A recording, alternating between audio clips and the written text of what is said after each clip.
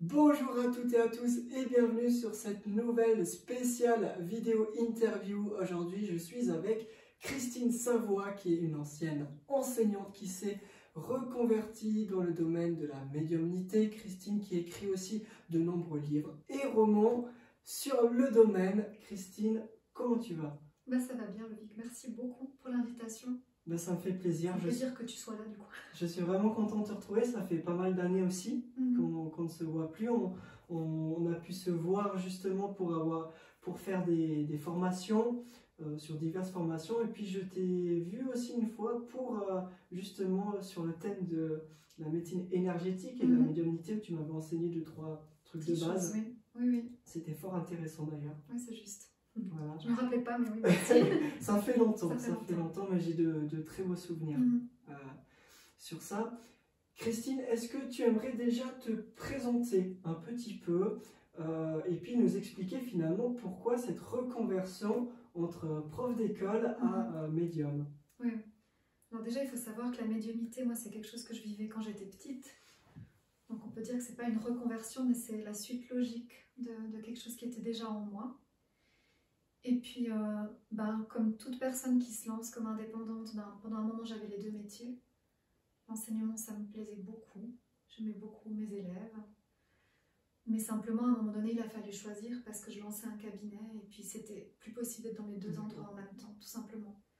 Mais la médiumnité, c'est plus une suite, en fait, étonnamment. Ouais.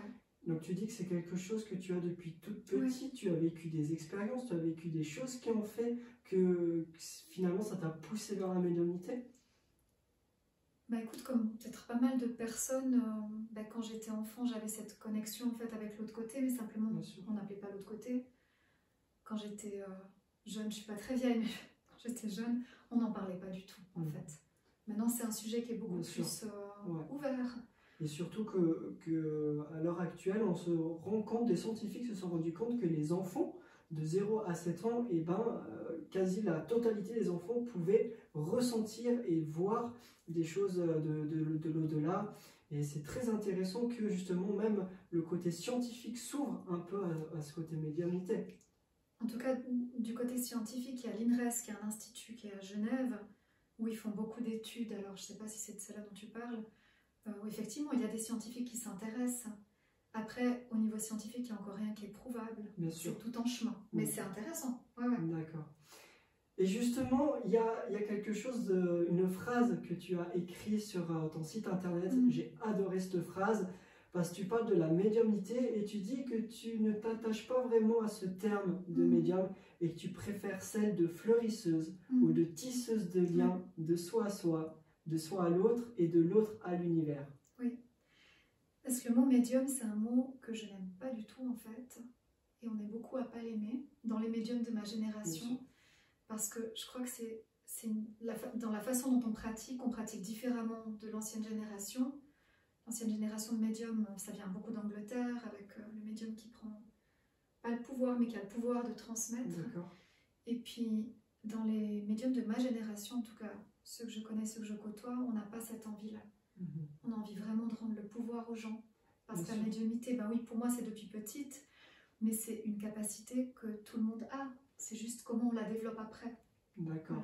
Et j'ai trouvé vraiment très intéressant parce que finalement, on retrouve les 3 principes qu'il faut pour devenir médium, à savoir déjà la communication de soi à soi, savoir quand on va pas bien, quand on va bien, même limite cette petite voix qu'on a à l'intérieur de nous qui nous guide en disant fais ci, fais pas ça.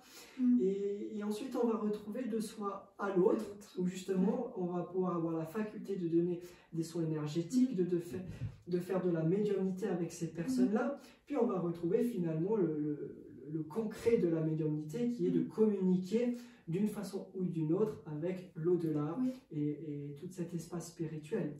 Quand j'ai commencé à pratiquer la médiumnité, je ne me rendais pas compte en fait que j'allais faire un métier qui est hyper diversifié. Il y a des médiums qui se consacrent vraiment au contact avec les défunts, par exemple. Moi, c'est une mini-part de ma pratique. Parce que d'abord, c'est aider les gens à retrouver leur place en eux-mêmes. Après, je parle de soi et les autres, mais parce que, moi, c'est mon métier, voilà, c'est une chose. Mais c'est de rester ouvert aux autres. On peut, je veux dire, être en lien avec les autres quand on va faire les courses à la COP. Enfin, bien sûr. C'est pas forcément en lien avec la spiritualité. C'est à la fois prendre soin de soi, ensuite arriver à s'ouvrir aux autres. C'est vraiment un tout. C'est un tout. Ouais. Puis à partir de là, s'ouvrir à l'invisible. Et j'aurais jamais pensé que mon métier allait être autant diversifié que ce que c'est aujourd'hui. Et justement, tu dis que c'est hyper diversifié et il y a beaucoup de médiums différents. Chaque médium a ses outils différents, chaque médium a des pratiques différentes. Toi, en tant que médium, quels sont tes outils? Avec quoi tu travailles? En fait, en tant que médium, on a des facilités pour faire certaines choses. Il y a des médiums qui se sentent très bien, par exemple, avec le monde des défunts, d'autres avec plutôt les soins énergétiques. Moi, je fais tout, si tu veux. Mais après, je ne me sens pas à l'aise la même chose partout. Moi, l'endroit où je suis plus à l'aise, c'est quand je travaille plutôt avec l'énergie de l'ange. Mais je travaille aussi avec les défunts sans aucun problème. Je donne des formations avec les défunts.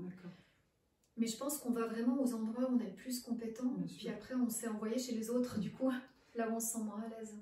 Et tu parles d'ange, mais je pense qu'il faut rappeler que la médiumnité, c'est quelque chose de très spirituel, et la spiritualité, c'est quelque chose qui va au-delà de toutes les religions, finalement. Oui, tout à fait. Donc tu parles d'ange, c'est ton accroche, mais vraiment la médiumnité est tellement vague qu'elle peut avoir son importance sur toutes les religions. Ah oui, mais parce qu'en fait, la médiumnité, être médium, c'est juste être le lien entre quelque chose de visible et quelque chose d'invisible, c'est tout. Donc après, quand moi je fais un soin énergétique, je fais de la médiumnité. Enfin, je me mets en lien avec quelque chose de plus grand que moi, qui est de l'invisible. Voilà. D'accord. Et puis, tout médium n'est pas spirituel, parce que la spiritualité, c'est bien plus grand que la médiumnité. La spiritualité, c'est là où on parlait tout à l'heure, on ajoute l'amour. Et il y a des gens qui ne sont pas du tout dans la médiumnité, et juste le vigneron qui fait sa vigne et qui va être beaucoup plus spirituel que quelqu'un qui a un cabinet de médiumnité. Donc la spiritualité, c'est beaucoup plus grand, vraiment beaucoup plus grand. C'est encore plus grand que la médiumnité en général. La médiumité, c'est juste une façon d'être au monde, une façon de transmettre, c'est tout.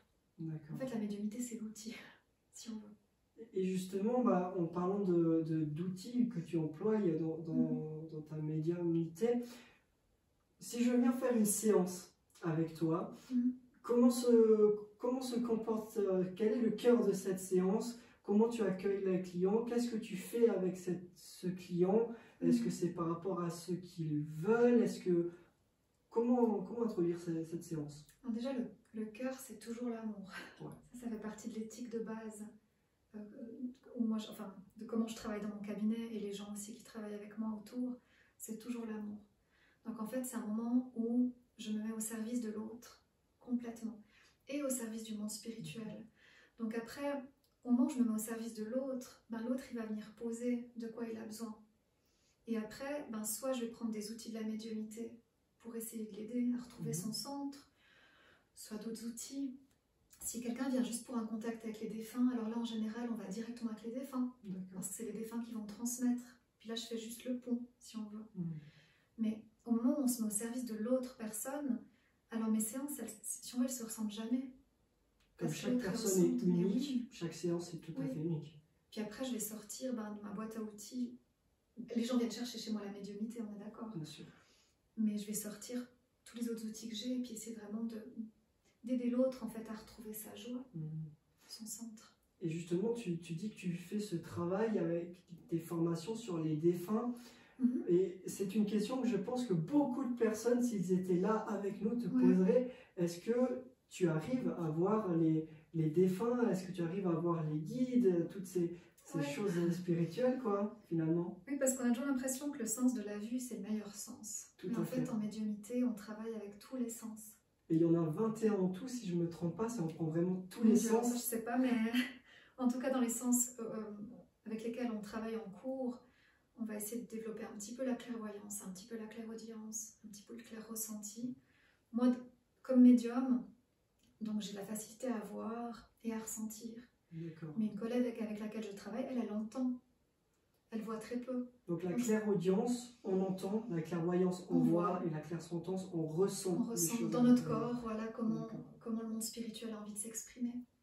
Et après, il y a encore d'autres sens, mais enfin, pour te dire que parce qu'on est unique, on a chacun des sens qui vont être développés plus que d'autres.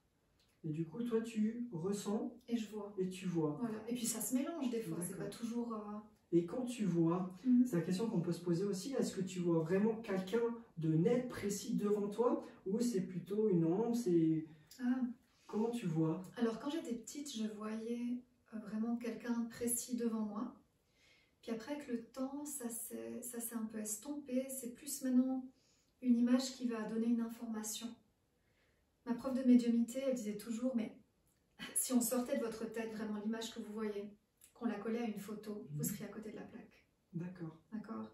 Parce qu'en fait, les vibrations du défunt, par exemple, ça va vibrer à l'intérieur de nous, tac, ça va se transmettre à notre cerveau, puis notre cerveau, il va faire ce qu'il peut pour donner une image plus ou moins ressemblante. Mais ce ne sera jamais une photo. D'accord. D'accord? Ouais. Après, il y a peut-être des gens qui voyaient comme des photos, hein, mais souvent, c'est plus que le monde spirituel, il va nous donner des informations, des traits de caractère, où ils vont montrer, par exemple, en quoi cette personne, elle ressemble peut-être à quelqu'un que je connais. Du coup, ça va m'aider à la décrire. Mais c'est pas...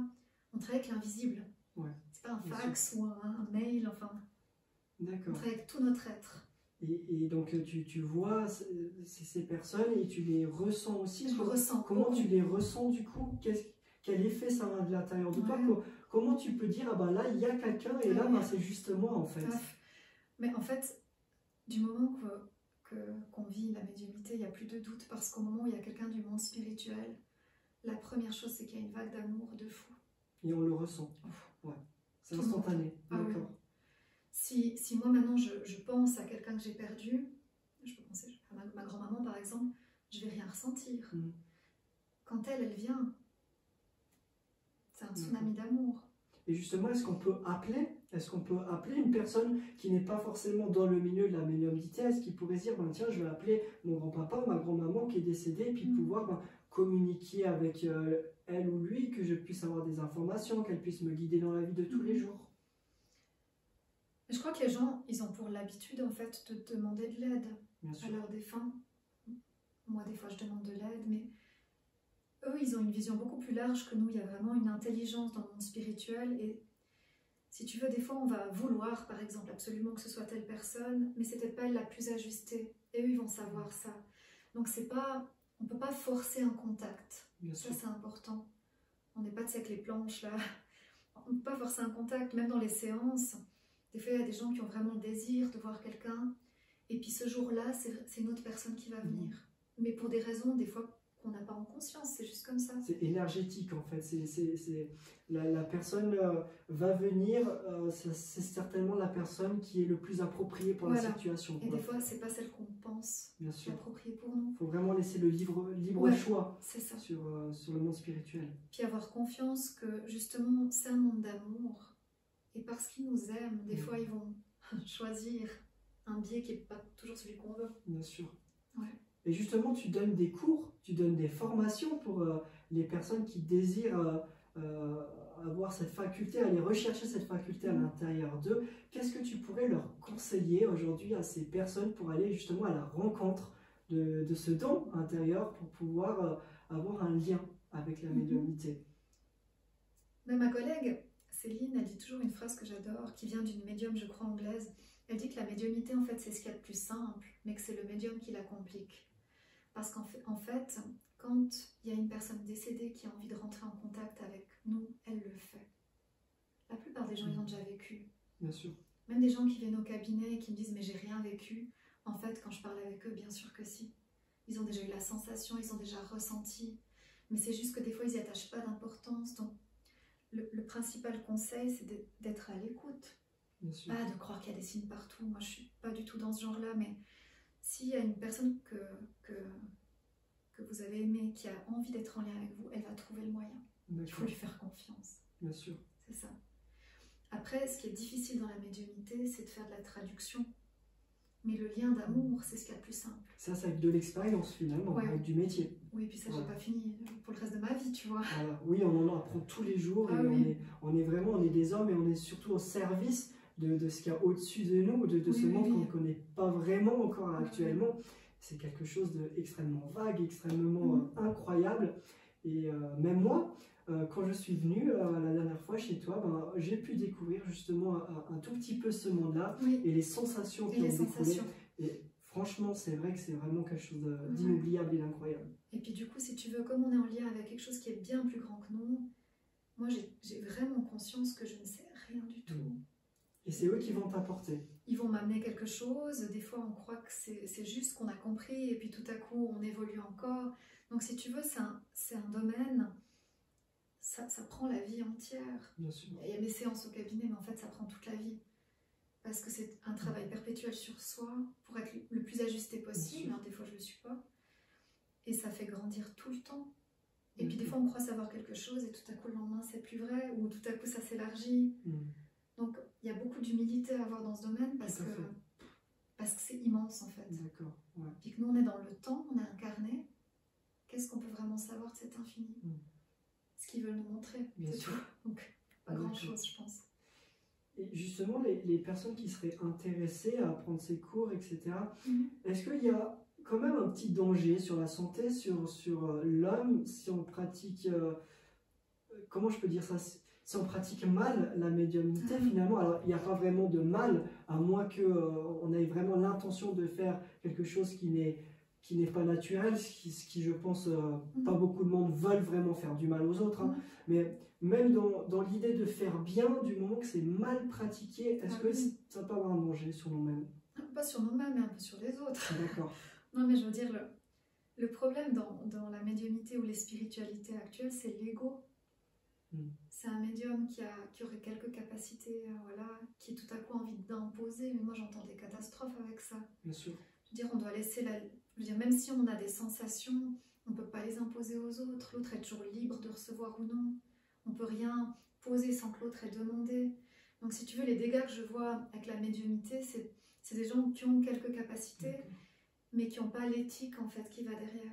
Ça doit être purement amour, compréhension. Oui. Et puis pas pour l'ego, pas pour avoir du pouvoir sur l'autre. Et puis ça, par contre, dans ce domaine, enfin tu le sais bien, mais c'est une catastrophe. Oui, bien sûr. Parce que la prise de pouvoir, elle est immense. Bien sûr, surtout que c'est, comme je l'ai dit souvent dans cette vidéo, c'est vraiment quelque chose qui est profond. Et bah forcément, comme c'est une force infiniment plus puissante que nous, du moment qu'on l'utilise à mauvais escient, bah, les effets sont à l'échelle au final de cette force. Oui. Voilà. Puis après, le danger pour soi, c'est plus des gens que j'ai pu observer, pas en cours, parce qu'en cours, nous, on pose le cadre. C'est des gens qui se perdent là-dedans. La vie, elle est quand même ici. Hein. Bien sûr. Il faut être sur Terre, il faut faire nos choix. Des gens qui demandent tout au monde spirituel, ce qu'ils doivent faire, mais c'est dommage. Bien sûr. Parce que le monde spirituel, il nous pousse en fait à être pleinement dans notre existence. Il ne nous prend pas notre vie. Des gens qui attendent tout le temps un signe pour agir. Mais non, moi je ramène toujours à notre propre pouvoir ici, sur soi. Donc ça, c'est un peu le danger. Mais après, il n'y a pas d'autre, si tu veux, il n'y a pas de danger. L'ennemi de la médiumnité, c'est la peur. C'est les gens qui commencent à avoir peur de ça. Alors là, on en a des fois en cours, on les aide à passer par-dessus cette peur. Et c'est sûr que c'est pas évident, parce que finalement, quand on te dit, voilà, tu vas parler avec un défunt, ou tu vas interagir avec le monde, c'est sûr que celui qui n'est pas habitué à ça, il va bloquer, il va dire, mon Dieu, c'est incroyable. Alors là, ça vaut la peine d'être accompagné juste pour dépasser ça. Au début. Ou des gens comme moi qui ont vécu la médiumnité petit et qui ont mal vécu, comme beaucoup des gens de ma génération, malheureusement. On a dû dépasser beaucoup de peurs. Alors des fois, j'en ai en cours qui viennent terrorisés parce qu'ils ont vécu ça enfant, puis simplement, ils n'ont pas pu être accompagnés. Alors là, c'est magnifique, parce qu'après, on ouvre autrement, tu vois. D'accord. Et est-ce que toi, en parlant d'expérience, étant enfant, tu as vécu une expérience inoubliable qui t'a vraiment marqué dans ce domaine-là? Alors, quand j'étais enfant, j'ai plus vécu des expériences qui m'ont fait peur. D'accord. Donc, je ne vais pas propager cette peur, mais en fait, comme j'avais peur, forcément, ma peur, elle était projetée sur le monde de l'invisible. Mais par contre, des expériences magnifiques, quand j'ai pu dépasser la peur, j'en ai vécu plein. Parce que les rencontres avec les défunts, c'est incroyable. Des fois, c'est drôle. C'est important de dire aussi, c'est que la peur vient quand on ne comprend pas une situation. Donc du moment qu'on la comprend, on n'a plus peur. C'est exactement ce qui t'a poussé vers la médiumnité, finalement. Puis après, on aurait tous, je pense, 3000 anecdotes à raconter. Mais c'est... Moi, j'adore, par exemple, quand je suis invitée des fois dans des maisons ou dans des lieux où les gens ils pensent que c'est hanté, par exemple, j'adore. Alors là, je vais toujours gratuitement passer pour le fun, vraiment. Enfin, pour le fun, parce que j'aime découvrir, j'aime expérimenter. Et c'est de voir les croyances, par exemple. On me fait descendre à la cave et puis tout le monde se recule parce qu'ils disent que c'est à la cave qu'il y aura forcément un défunt. Ça nous vient de nos films d'horreur. Bien sûr, on est modalier. Comment je peux dire ça? On est modelé par rapport aux films qu'on a vus. Donc il y a tout le monde qui se recule, vas-y toi, descends. Enfin, et puis parfois il y a un défunt qui est là, parfois c'est juste des résidus d'énergie, c'est rien. Mais quand il y a un défunt, c'est toujours beau. D'accord. C'est toujours beau parce qu'après il y a un dialogue qui peut se faire avec le défunt, avec les personnes qui habitent dans la maison ou dans le lieu. C'est une histoire qui se termine bien finalement. Oui, oui, c'est toujours des histoires d'amour. Toujours. Moi, il y a une question qui me vient là spontanément. Alors, j'ai pu lire à certains endroits, regarder des documentaires où ils disaient justement que une personne, quand elle restait, on va dire, coincée sur cette terre, c'est qu'elle n'avait pas accompli de son vivant les choses qu'elle devait accomplir et qu'il fallait peut-être juste l'aider à accomplir certaines choses pour qu'elle puisse être libérée et rejoindre finalement la lumière. Qu'est-ce que tu en penses de... Tu veux que je te dise ce que je pense vraiment bien? Oui, bien sûr, bien sûr. Mais si tu veux, l'être humain, on s'est donné un pouvoir de fou. Comme si moi, je pouvais aider un défunt à passer de l'autre côté. Alors, je dis pas que des fois, il n'y a pas un dialogue qui se fait. Moi, des fois, ça se fait. Hein. Mais de l'autre côté, ils sont aidés. Mais vraiment. Et par des gens bien plus compétents que moi. Il y a un peu cette croyance que les défunts sont coincés. Moi, ce que j'ai remarqué dans ma pratique, je ne peux que parler d'expérience. Hein, je ne dis pas que j'ai raison. C'est vraiment ce que j'ai remarqué. C'est que les gens confondent des fois les résidus d'énergie d'une personne avec la personne en elle-même. Puis je dis ça parce que moi je confondais aussi avant. Tu vas dans un lieu et tu crois qu'il y a une personne qui est là, mais en fait c'est pas elle. C'est l'énergie de son vécu qui va être en fait simplement collée un petit peu au mur. Et avant je confondais, j'étais sûre que c'était un défunt. Sauf que ces résidus d'énergie ne dialoguent pas. Les défunts... On les ressent. Mais oui. Et puis les défunts ils vont pas rester là. Ils sont libres, il n'y a pas un défunt qui va rester là contre un mur, ça n'existe pas. Les défunts, ils bougent. Quand je suis appelée par exemple pour aider des enfants, je sais pas, des parents qui me disent mais elle voit un monsieur, mais quand je viens, le monsieur il n'est pas là, parce que le monsieur il a autre chose à faire. Bien sûr. Il peut être là par hasard, mais la plupart du temps il n'est pas là. Et cet enfant le voit, voilà. Le voit réellement. Mais elle le voit quand il vient, mais il est libre. Il n'est pas toujours là, mais non. Bien sûr. Les défunts ils sont libres en fait. D'accord. Et moi, j'ai une expérience juste inoubliable. D'ailleurs, je parle d'expérience, mais j'ai vécu un truc quand j'étais petit et ça me reste encore dans ma tête aujourd'hui. Je me rappelle, quand j'étais petit, alors il y a certains potes de l'école, enfin, c'était pas vraiment des amis, qui me chamboulaient un peu et pour rigoler, ils m'ont pris mon bonnet et ils l'ont jeté dans la neige.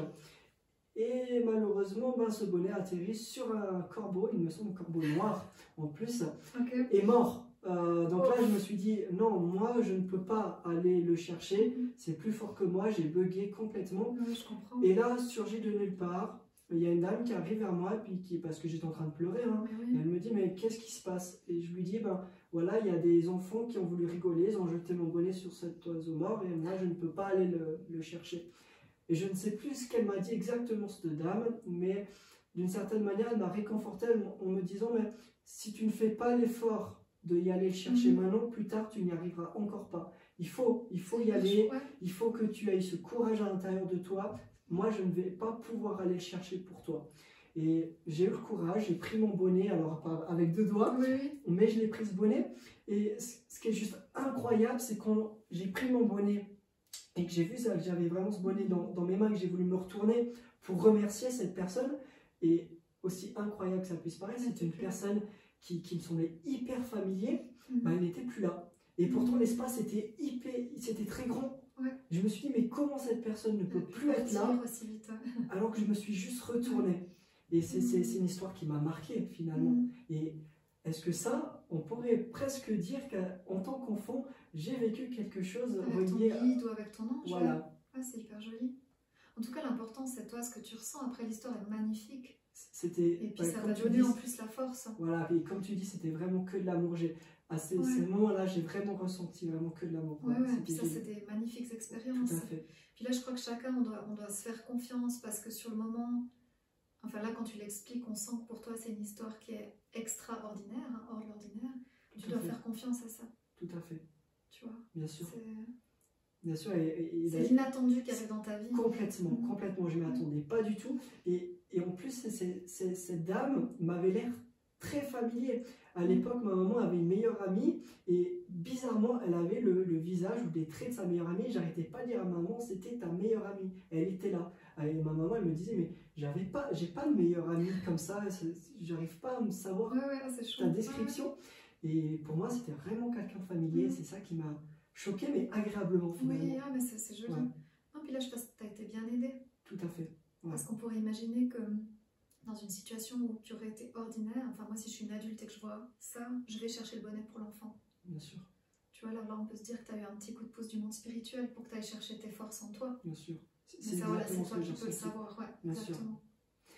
Et alors justement, Christine, en un mot, si tu devais définir la médiumnité de la manière la plus simple possible, quelle serait ta définition? La médiumnité, c'est... Enfin, être médium, c'est être le pont entre le visible et l'invisible. Moi, je ne peux pas laisser cette définition sans ajouter que pour moi, il faut absolument aujourd'hui que les médiums y remettent de l'amour. Bien sûr. Parce que c'est pas tout le temps le cas. Il y a très peu d'amour. Et puis cet amour, et pas très peu, mais ce monde de l'invisible, c'est un monde d'amour. Bien sûr, tout à fait. Et du coup, cette transmission, cette chance qu'on a de pouvoir être le pont entre l'invisible et le visible, ça doit être fait par amour pour les gens. Bien sûr. Et puis par amour pour soi et pour cet invisible. On doit vraiment se mettre au service des gens quand on est le pont. Et ça, c'est quelque chose de super ce que tu dis, parce que tu dis on est un émetteur, on est un pont. Ouais. Et c'est vrai qu'il y a beaucoup de gens qui disent bah, je suis guérisseur, mais non, en fait, cette personne n'est pas vraiment guérisseur. Elle obtient la guérison peut-être d'être de lumière, comme je les appelle, et elle va permettre de pont et d'émetteur pour pouvoir transmettre cette énergie à l'intérieur de lui et transmettre aux autres finalement. Ça, c'est important. Et puis il faut aussi se dire que, quelles que soient les thérapies qu'on pratique, on a des accompagnateurs. C'est la personne qui fait le job. Là, on a la chance, moi dans ma pratique, d'avoir l'aide du monde spirituel, c'est fantastique, hein, j'ai beaucoup de chance pour ça, mais il faut toujours redonner le pouvoir à l'autre. Tout à fait. Sinon, on fait une catastrophe. Je suis tout à fait d'accord avec toi. Donc là, pour les gens là, qui te suivent ou ça, moi je dis toujours, quand on va voir un médium ou un thérapeute, on doit ressortir en ayant le cœur plus ouvert. Si tu ressors et que ton cœur il est fermé, il ne faut plus jamais aller chez cette personne. Parce que même si des fois, quand on va chez un thérapeute, on peut être secoué. Hein. Moi je vais chez un thérapeute, des fois je me sens secouée. Mais par contre, je sens que la source, c'est de l'amour. Et même si peut-être c'est une séance difficile, parce que tu dois affronter des choses difficiles, moi je vais ressortir et mon cœur il sera beaucoup plus ouvert. Et là, en écoutant mes clients, des fois, ils ont vécu des séances où à des moments leur cœur s'est fermé. D'accord. Mais ça joue pas ça. Là, c'est plus en lien avec le monde spirituel. Et là, ton but, c'est vraiment d'ouvrir, de réouvrir cette personne en lui expliquant, en faisant un travail doucement vers un amour. Qu'elle puisse réouvrir justement son cœur. D'accord. Le monde spirituel, il va toujours ouvrir le cœur de l'autre. Même si des fois, il peut y avoir dans une séance effectivement quelque chose qui est dit, qui est dur, hein, dur dans le sens dur à entendre. Mais au moment où c'est dit, ça ouvre toujours. Si ça ferme, c'est que la personne n'est pas en train d'être avec le monde spirituel. Donc au-delà du monde spirituel, s'il y a un mot qui doit être important, c'est amour, finalement. D'accord. Complètement, Merci beaucoup. Hein. Bah, avec plaisir, ça m'a fait vraiment plaisir de t'avoir dans cette interview, que tu partages un peu ton vécu, et c'est pas fini parce qu'on va parler un peu de ton actualité. Et j'ai dit aussi dans cette vidéo que tu donnais des cours, des formations pour les personnes qui veulent aller à la rencontre de ce don qu'ils ont à l'intérieur d'eux depuis leur tendre enfance. Où est-ce que ces personnes peuvent te contacter ou te retrouver pour avoir accès à ces cours? Alors, que ce soit pour mes consultes ou mes cours, donc moi, ça passe tout par mon site internet, christinesavoie.com. Puis après, ils arrivent sur mon agenda en ligne. Donc toutes mes formations, elles sont là-dessus en fait. D'accord. Donc les gens peuvent s'inscrire directement par ce biais. Et tu es une femme juste incroyable qui fait énormément de choses. D'ailleurs, tu fais des podcasts, tu écris des livres. D'ailleurs, il y a ton dernier roman qui vient de sortir. Où est-ce qu'on peut retrouver Alors, soit sur internet, soit effectivement sur mon site. Sur mon site, c'est regroupé, c'est plus facile si tu veux. Il y a un peu de tout. Tout est sur ton site internet. D'accord. Il n'y a pas toutes les facettes de ma vie, mais celles qui sont en lien avec la médiumnité. D'ailleurs, ne vous en faites surtout pas si vous n'avez pas retenu. Tous les liens seront dessous la vidéo, dans ma biographie. Si vous voulez retrouver Christine Savoy, le lien se retrouvera dessous la vidéo. Et d'ailleurs, je voulais partager quelque chose aussi avec toi parce que tu sais ô combien j'adore la musique. Et je sais que tu es aussi musicienne. J'avais envie de te poser cette question. Quel lien finalement il y a entre la musique et le monde de la spiritualité ou de ce tisseur ou tisseuse de liens? Alors quand on fait de la musique, si on fait de la musique avec d'autres gens, il y a des moments où on sent qu'on est relié en fait à chacun. Ça c'est magnifique. Quand on fait vraiment de la musique pour soi et qu'on est en train d'exprimer quelque chose avec notre cœur, avec notre âme, on fait de la spiritualité, si on peut dire faire de la spiritualité. On est en train de vivre Bien sûr. la spiritualité. Et puis au moment où tous ensemble on transmet aux autres, on est en train de vivre ça, tu vois. Tout à fait. En fait, si tu veux, tout est spirituel. Je peux passer la panosse et c'est spirituel. Bien sûr. Et même au-delà d'avoir un son, la musique c'est quand même une vibration et une énergie. Donc forcément c'est lié. Exactement, oui, exactement. Et puis on sent très fort quand il y a des musiciens qui sont très très bons, qui arrivent à ce que leur instrument fasse un avec eux.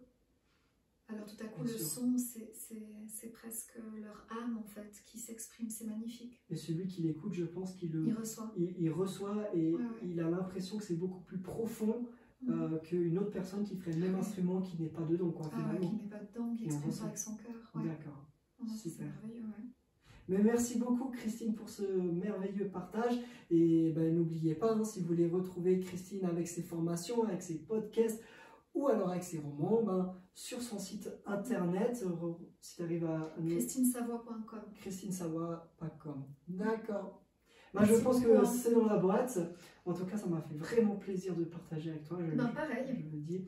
Et quant à nous, cher public, chers amis, on se retrouve très prochainement sur une prochaine interview où on continue sur ce domaine du développement personnel, du bien-être et qu'on va probablement aller voir des métiers qui sont très peu connus ou que vous connaissez peut-être, des métiers qui sont souvent avec un certain tabou encore en 2022 et qu'il est bon de s'attacher à ces métiers et donc comprendre leur domaine.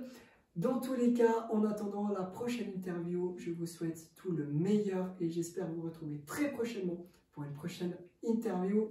Bye bye.